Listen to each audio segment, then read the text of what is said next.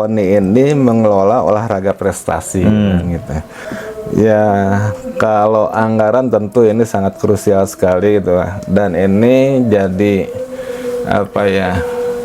Ini sebetulnya masalahnya bukan Kabupaten Bandung saja, tapi hampir seluruh Indonesia gitu. Dan kelembagaan, jadi untuk apa idealnya satu organisasi itu ada 5 hal yang tidak boleh diabaikan.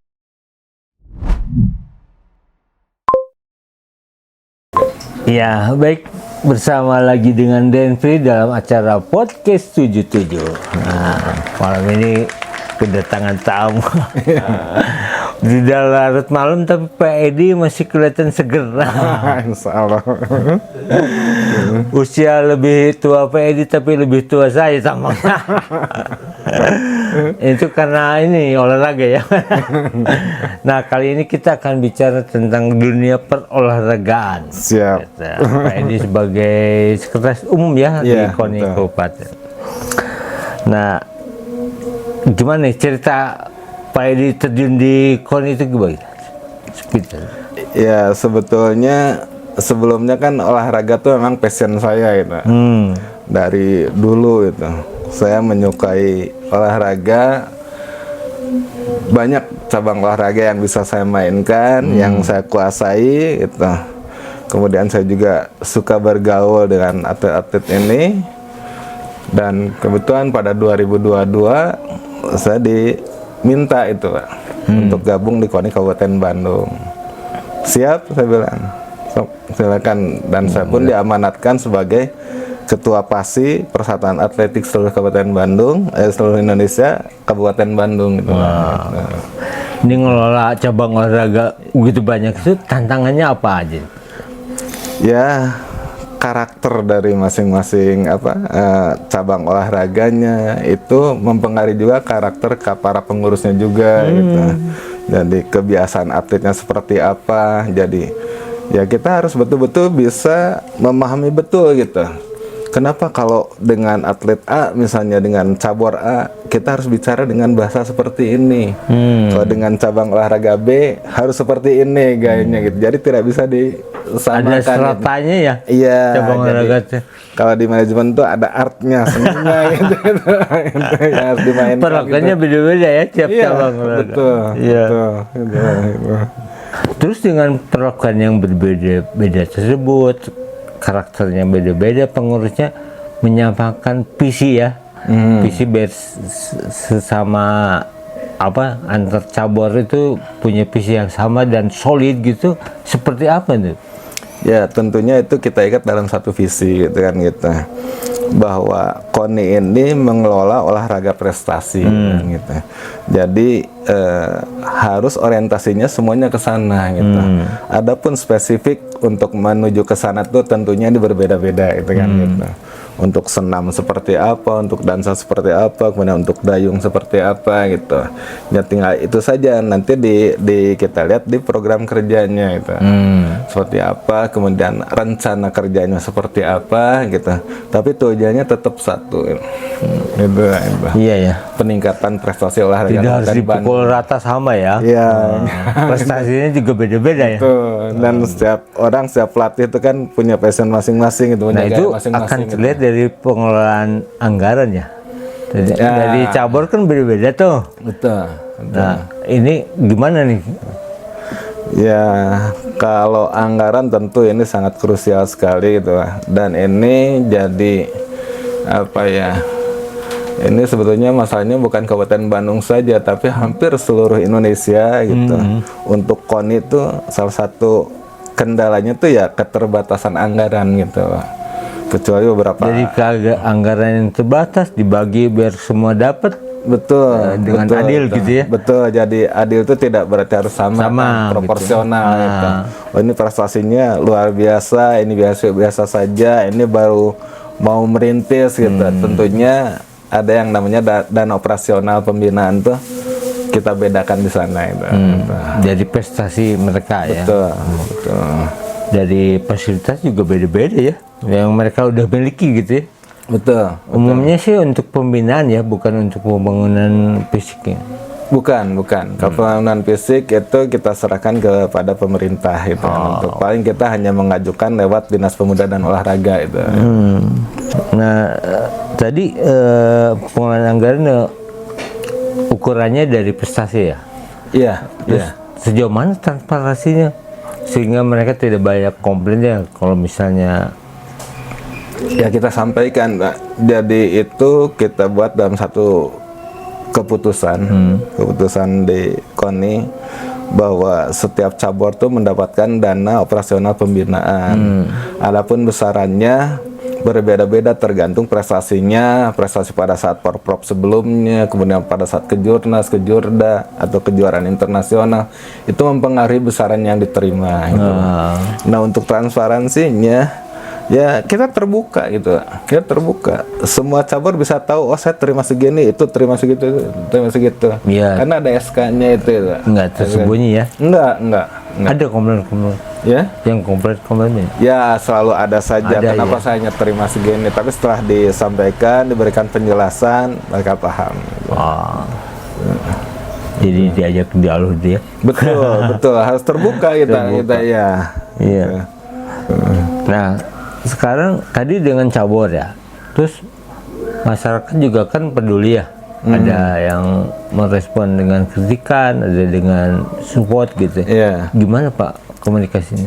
Ya kayak belakangan ini kita banyak dikritik gitu. Kita berterima kasih gitu.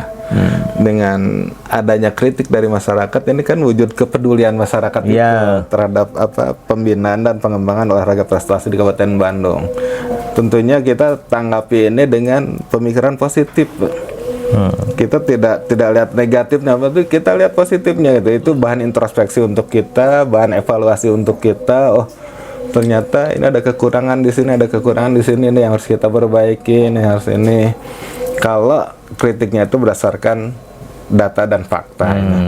Tapi kalau kritiknya hanya sekedar ya tidak berlandaskan pada data dan fakta, ya kita abaikan saja. Ya, masih banyak kerjaan lain yang harus kita pikirkan gitu. Ini kan Pak Edi dalam mensinergikan antara ya pihak pemerintah tadi ya yang masalah pembangunan fisik, kemudian caburnya sendiri, itu bagaimana? Ada koordinasi yang tentu. Jadi setiap tahun kan kalau di desa ada musrenbangdes, di sana ada musrenbang kabupaten gitu kan. Kita selalu disertakan di sana. Ya kita berdasarkan masukan atau keinginan dari para cabur yang belum punya fasilitas untuk latihan dan apa, itu kita tampung, kita sampaikan melalui Dispora Pak, sebagai induk kita gitu, pembina kita gitu. Nah nanti masalah biaya realisasinya kapan, ya kita melihat anggaran yang ada itu ini diserahkan ke pemerintah, apakah ini masuk prioritas atau tidak gitu kan. Apalagi dengan kondisi fiskal saat ini, kita tidak istilahnya tidak ingin memaksa-maksa gitu. Bahkan sekarang dengan anjloknya anggaran yang diberikan pun kita sangat paham gitu, karena ini bukan kondisi Kabupaten Bandung saja, tapi kondisi nasional seperti ini gitu. Tapi menuntut kreativitas mereka ya.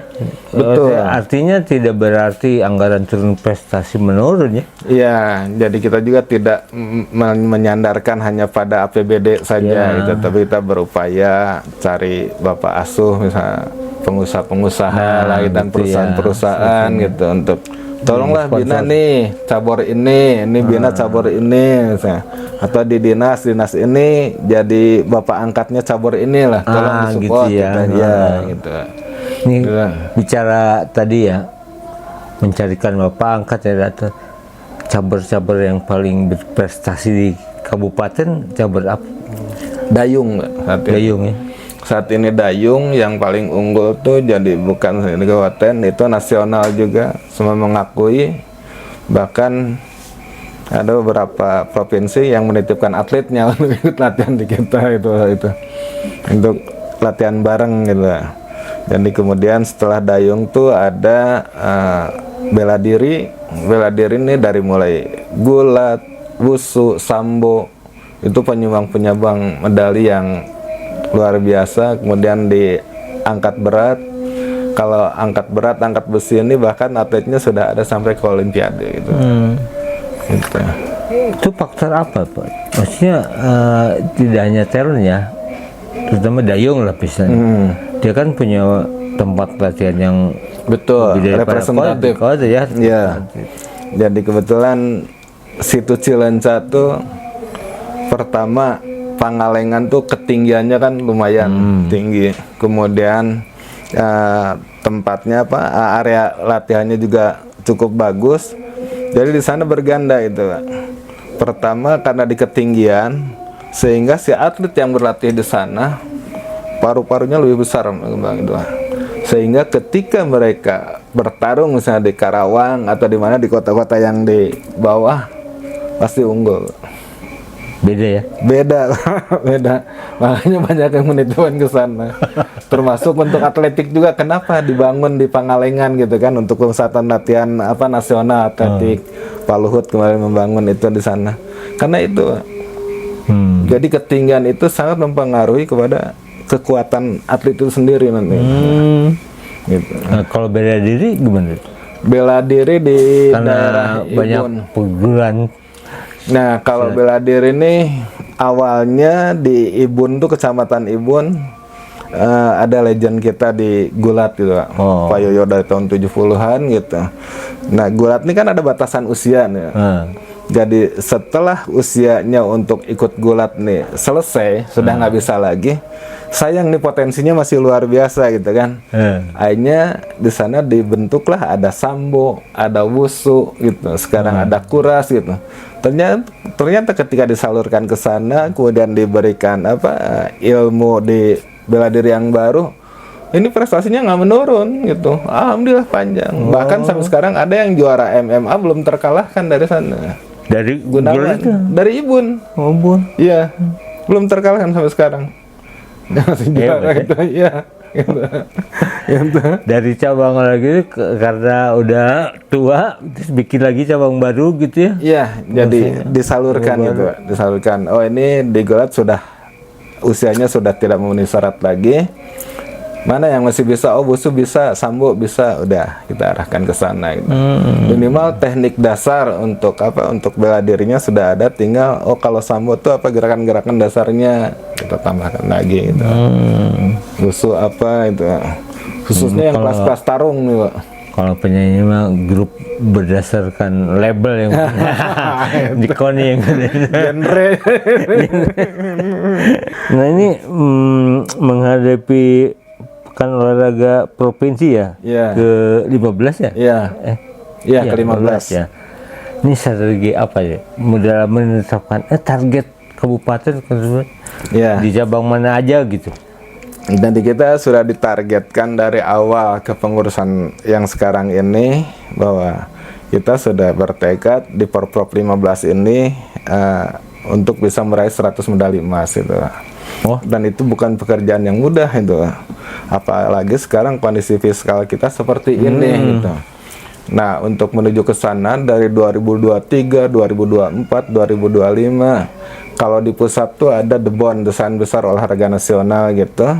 Nah, di daerah tuh wajib membuat desain olahraga daerah. Tapi secara keseluruhan belum ada yang membuat itu. Tapi kita KONI Kabupaten Bandung sudah menyusun itu, ya, sudah menyusun itu. Cuma untuk jadi desain olahraga daerah itu nanti harus tim khusus yang mengeluarkan itu, tim koordinasi.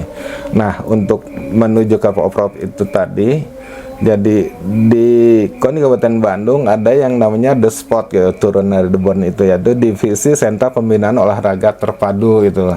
Kebetulan Jalak Harupat kan fasilitasnya lumayan, ada beberapa fasilitas olahraga yang bisa dipergunakan di sana. Dan ke depan juga ini kita ingin jadi betul-betul pusat pembinaan olahraga prestasi Kabupaten Bandung tuh ada di sana itu. Kebetulan di sana juga masih ada lahan-lahan yang kosong. Perlahan kita bangun satu persatu gitu untuk menunjang itu. Jadi untuk menghadapi Porprov semuanya sudah bersiap, ya sudah bersiap.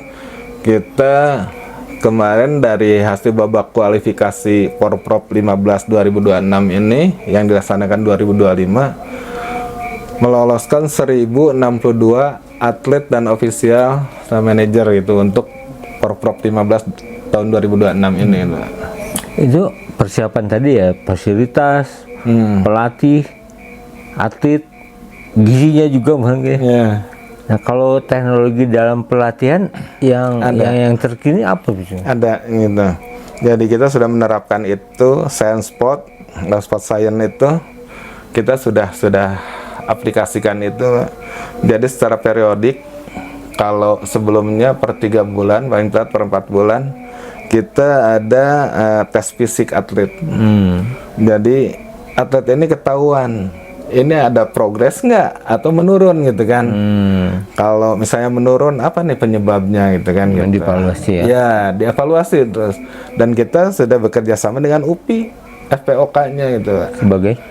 Ya, untuk penyelenggaranya, untuk ininya, teknologinya itu dari sana gitu.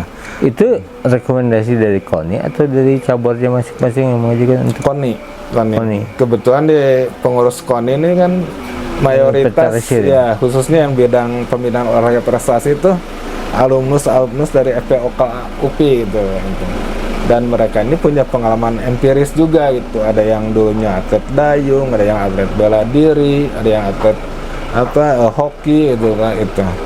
Gitu. Nah, jadi atas kedekatan itu juga kita jalin kerjasama dengan UPI gitu. Untuk implementasi science sport itu. Kemudian kesehatannya juga kita kerjasama dengan Hermina, Rumah Sakit Hermina. Oh iya. Hermina yang di Arca Manik sana.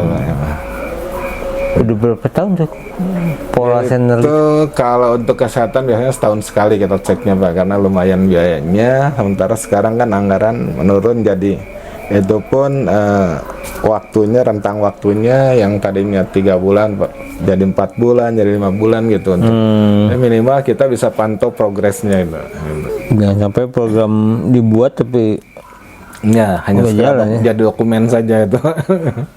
Pengelolaan dengan teknologi ya, pelatihan gitu. Terus dalam pencarian bibit talent peran KONI seperti apa?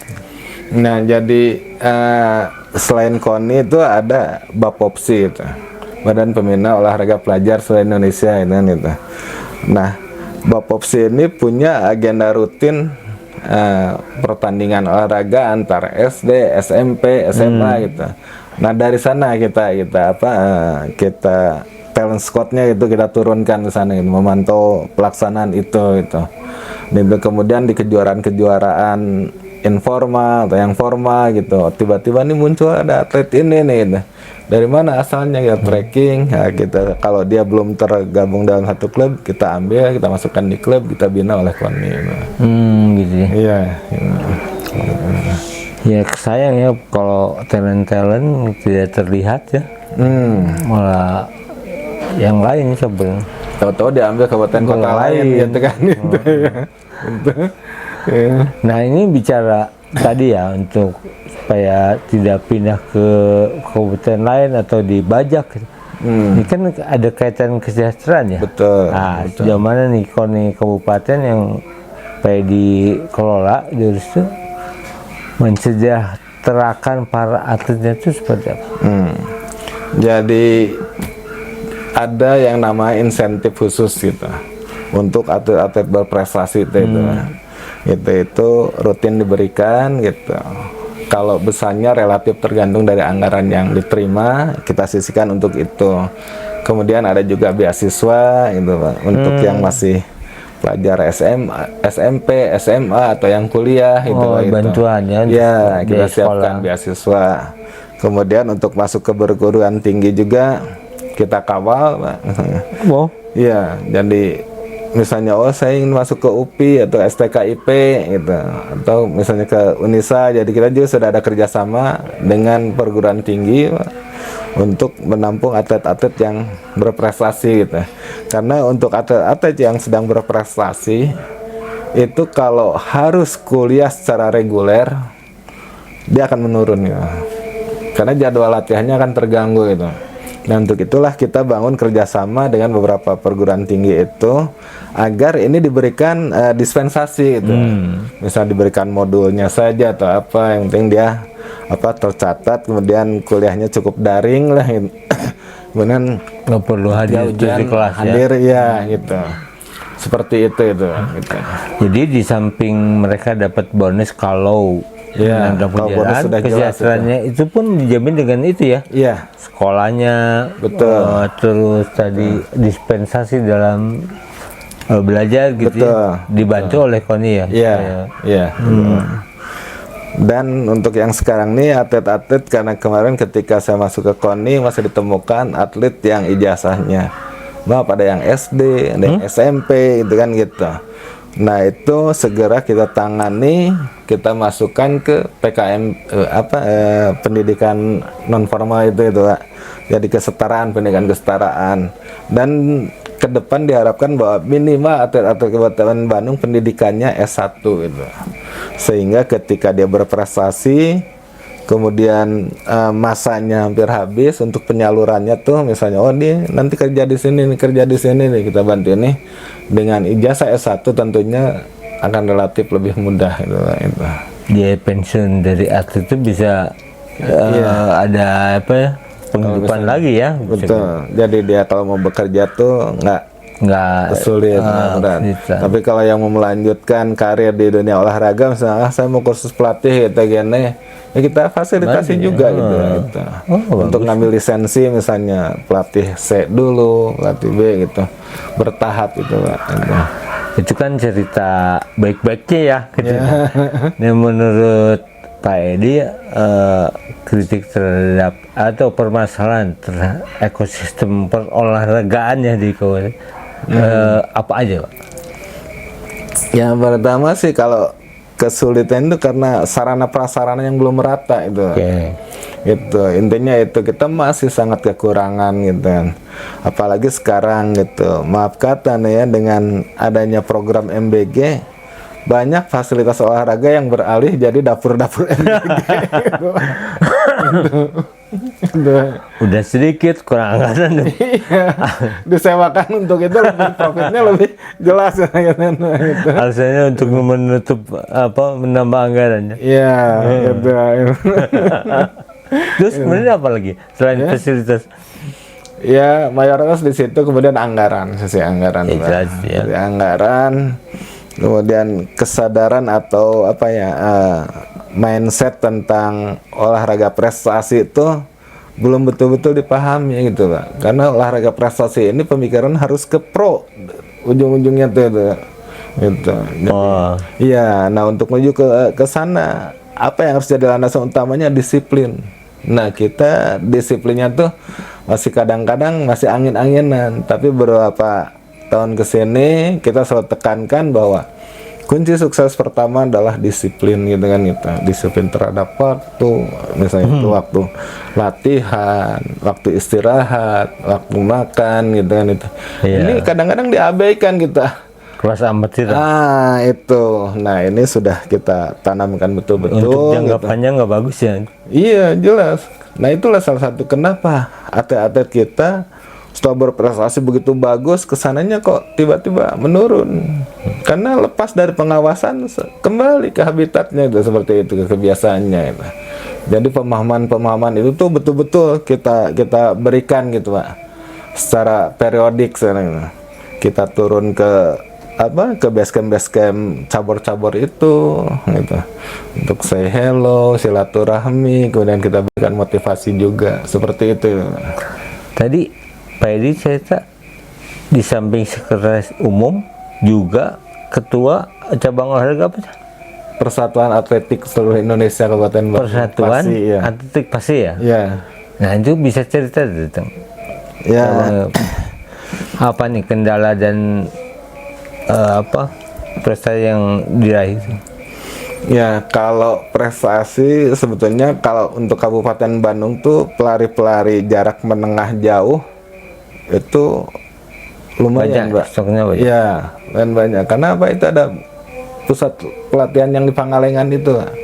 Jadi sebelum itu ada, memang ada tempat latihan di Pangalengan gitu. Sampai sekarang masih dipertahankan itu di lapangan Tanara itu. Jadi itu tadi saya sampaikan, Mbak, kelebihan latihan di sana ketika dia bersaing misalnya di Kota Bandung atau di Semarang atau di Surabaya yang lebih rendah, staminanya luar biasa. Ketinggiannya. Iya, Jadi lebih besar. betul. Gitu ya. Di sana kan semakin tinggi oksigen makin tipis kan, Mbak. Ya. Atletnya banyak laki-laki apa? Sebanding gitu. Sebanding. Ya. Rata-rata di usia sekolah. Tergantung caburnya, ada yang kalau atletik tuh yang dari usia SMP juga ada gitu. SMP kemudian sampai yang sudah kepala 3 ini sudah mau berakhir gitu itu. Sudah mau selesai gitu untuk di atletik tuh itu. Ada itu. Yang paling bergengsi lari sprint 100 meter ya? Iya, kita belum punya atlet itu. Belum punya itu. Nah, itu panjang pembinaannya. Panjang. Itu harus kita temukan dari SD misalnya. SD atau paling tepatnya SMP Dibina lah dari itu. kecil ya? Iya. Iya. Karena itu ada pembinaan apa bodybuilding juga ya untuk ketemu. Banyak faktor yang pengaruh itu. Nah, kebetulan kita menemukan beberapa tahun yang lalu, saat itu masih SD, sekarang sudah SMA, Pak. Prestasinya terus alhamdulillah naik gitu. Itu kan cabang olahraga yang tidak digemari oleh anak-anak ya sebenarnya. Iya, jenuh karena itu Ya. monoton ya. Bukan itu. permainan. Ya. Seandainya ya Pak Edi diberikan kesempatan untuk melakukan improving perbaikan KONI kabupaten ya, misalnya di bidang apa aja yang kira-kira perlu perbaikan, Pak? Banyak, Pak, itu. Jadi betul. Jadi yang pertama harus penguatan kelembagaannya dulu itu. Penguatan kelembagaan. Jadi untuk idealnya satu organisasi itu ada 5 hal yang tidak boleh diabaikan. Yang pertama, bahwa untuk menyusun kepengurusan itu adalah sumber daya manusia yang berkualitas, punya integritas, dan paham IT. Kalau sekarang itu, Pak. Wah, Gitu. ini teknologi ya. Betul, paham IT gitu. Kemudian yang kedua, dia menguasai big data. Big data. Kenapa? Karena tanpa landasan data yang kuat, kita tidak bisa mengambil kebijakan atau keputusan yang tepat. Gitu. Gitu. Iya benar. Gitu. Yang ketiga, research and development gitu, Pak. Setelah kita kuasai datanya, kita adakan kajian-kajian gitu, Pak. Sehingga itu tadi nanti menawarkan keputusan-keputusan atau langkah-langkah strategis apa yang harus diambil. Yang keempat, penguatan kelembagaannya itu. Jadi tetap kita harus betul-betul satukan visi kita gitu. Sehingga semua pengurus itu tujuannya sudah jelas satu ini gitu. Yang kelima, nah ini tata kelola keuangan yang baik, benar, dan transparan gitu. Itu Itu kalau secara instan susah juga ya. ya. Dalam jangka dekatnya. Perlahan namun Tapi pasti optimis untuk diyakini. diperbaiki Iya, itu ya. Betul itu. Nah sekarang cerita suka dukanya ya. Selama berapa dua periode ya Pak Edi? Sudah jadi sekretaris umum 3 tahun mau 4 tahun ya. 3 tahun. Suka dukanya gimana sih Pak? Ya, karena yang masuk ke pengurusan KONI ini kan berangkat dari entitas yang bermacam-macam nih, Pak. Gitu. Jadi tidak bisa dipungkiri dan ini sudah jadi rahasia umum. Kadang-kadang ini unsur politisnya juga ada, kemudian yang memang idealis olahraganya juga ada. Nah ini kan harus menyatukan persepsi, menyamakan persepsi itu tidak mudah itu. Kalau yang ini orientasinya ke sini, ini mau tidak mau harus kita tarik, harus kita temukan, harus kita tarik benang merahnya di mana itu. Sama-sama itu. Itu jadi menyamakan. Tadi saya mikir sukanya mungkin Pak Edi bisa jalan-jalan ke tiap daerah, ada pekan gitu ya. Bisa ngobrol sama atlet yang itu kan tidak semua punya kesempatan seperti itu ya. Betul itu. Ya. Bisa cabang olahraga bermacam-macam bisa hadir. Ya. Apalagi belajar ya. Kalau olahraga permainan cabang olahraga apa ya?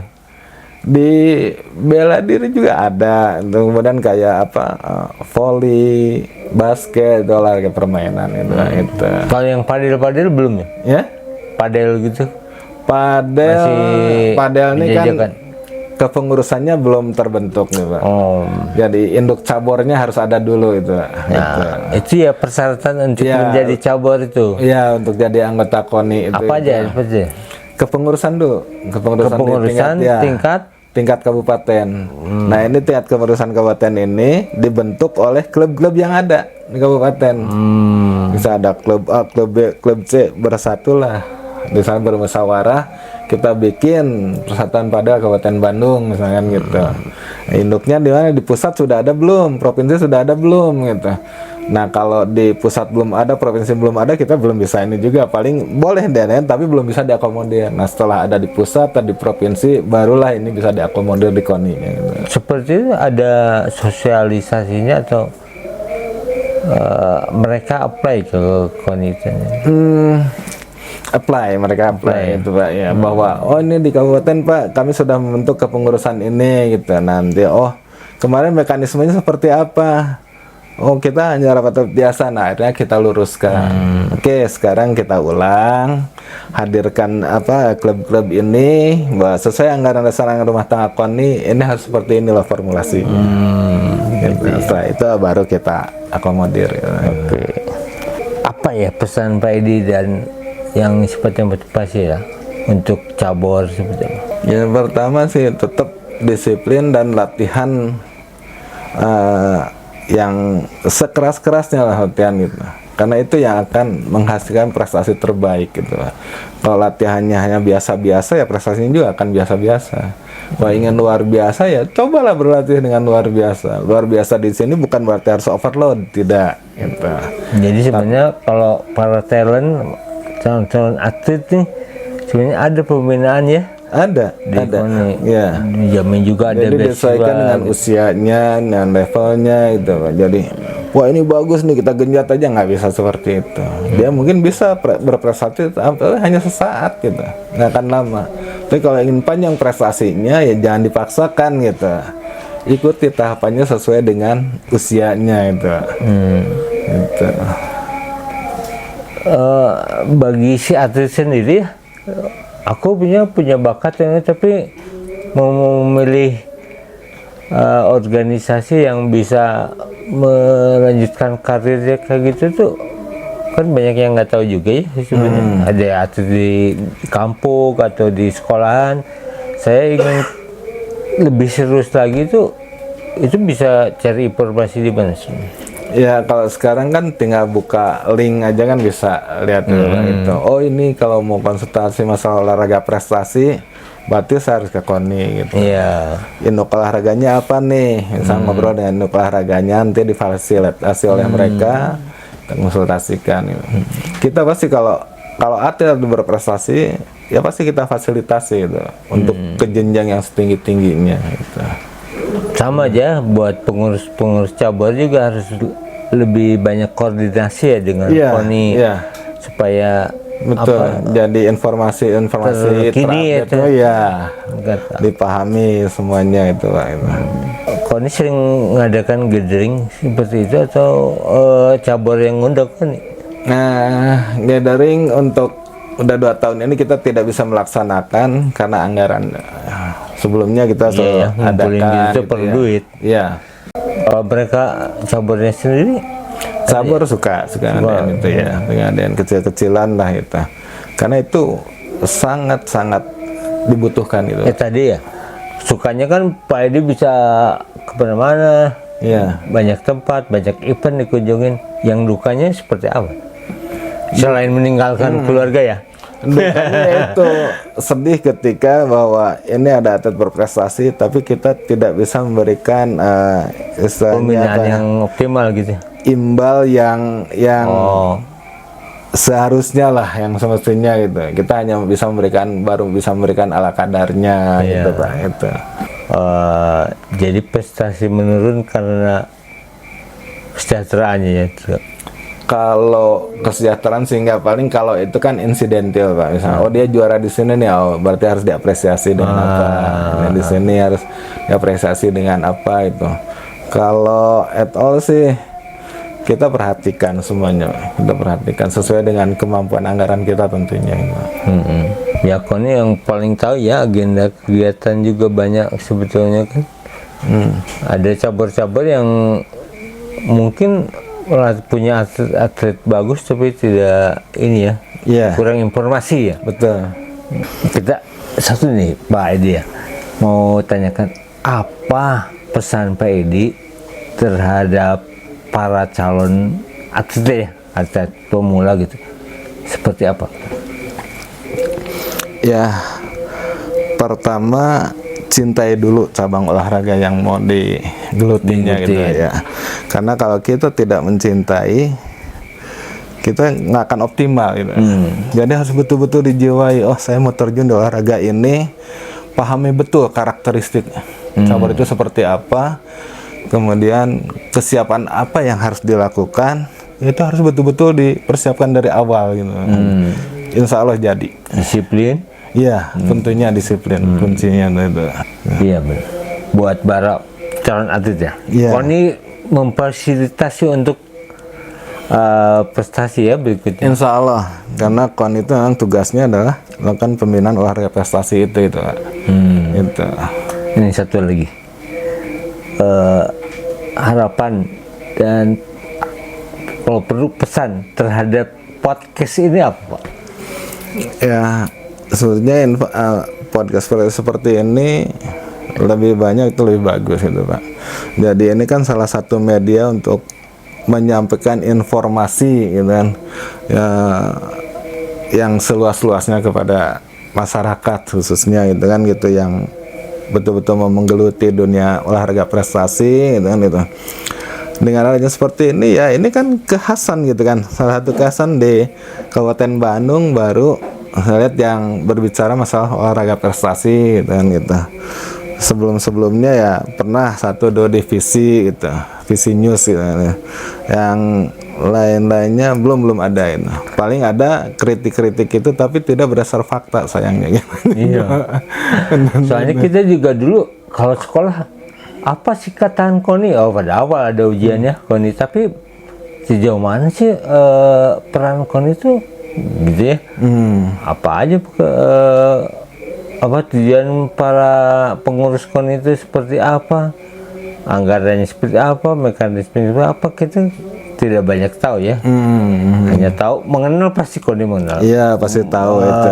Pernah dengar gitu kan. Ya, dengar. Tahu singkatannya. Iya. Tapi nggak tahu kiprahnya. Mudah-mudahan ke depan orang lebih banyak tahu ya. Itu kalau tiap hari memang membuka gitu lah, orang pingin tahu tentang kita selalu standby. Saya maksudnya selalu standby. Selain website ya gitu. Iya, kita standby di kantor Pak. Jadi untuk bidang-bidang tertentu ada piket gitu Pak. Gitu. Karena mereka juga rata-rata punya aktivitas di luar itu, jadi diatur gitu. Tapi kalau untuk pengurus inti khususnya itu, saya diupayakan hadir karena ada saja misalnya tamu dari cabur, dari wartawan, dari mana, atau misalnya dari pemerintahan, ada yang perlu dikomunikasikan, kita selalu siap gitu. Oke. Gitu.